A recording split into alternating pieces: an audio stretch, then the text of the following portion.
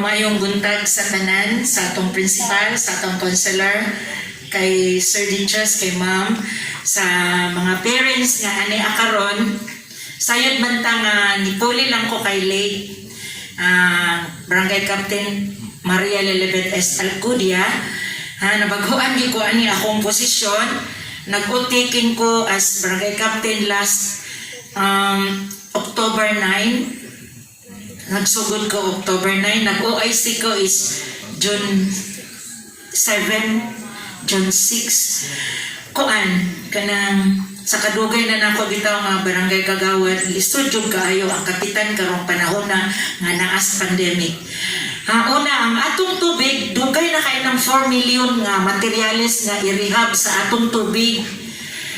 Nisangit siya tungod kay ang gihimo ni Sir sa atong project imbes 4 million gi-5 niya, wala may ikapuno si Mayor yan siya kay naka-budget na ang 4. Nasango na sad mi sa reservoir na to nga daan kay gusto man nila ipapalit ang 7,000 square meters nga yuta kanang diha.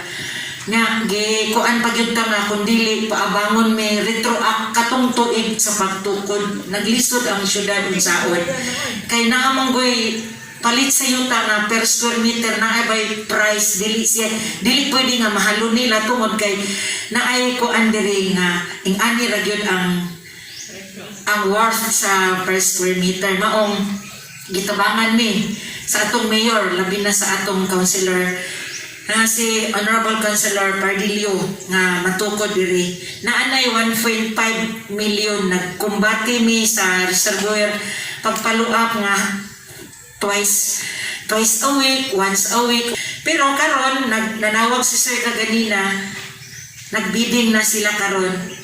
Pero katong materialis na to naalay gibalik kay dili mao ang gi-deliver sa supplier. Kani man kung sa Ditucalan, ang atong tubig naa sa ubos. Ang atong reservoir nasa babaw, bumbahon pa nato.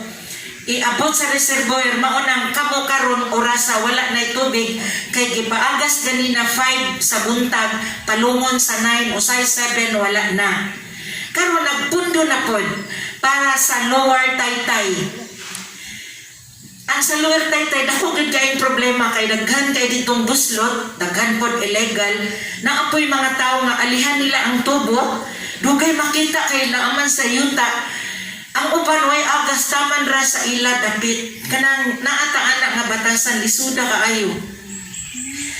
Na ay katong barangay assembly na ay nagkuan nga ngano man ang Ditucalan dili malibre sa tubig nga naa sa ato ang source. Sa una pa na nga gipangayo unsaon paglibre sa tubig or kanang gamyan ang atong tubig ang bayad nga nagamit man ang nawasa og kuryente niingon ang nawasa kap nagbayad may 30,000 kuryente pagbumba lang sa inyong tubig ang namayad 20 ra 30,000 daw ang bill ang bayad sa mga tao 20,000 lang. Di ko kabalo kung per month na or whole year.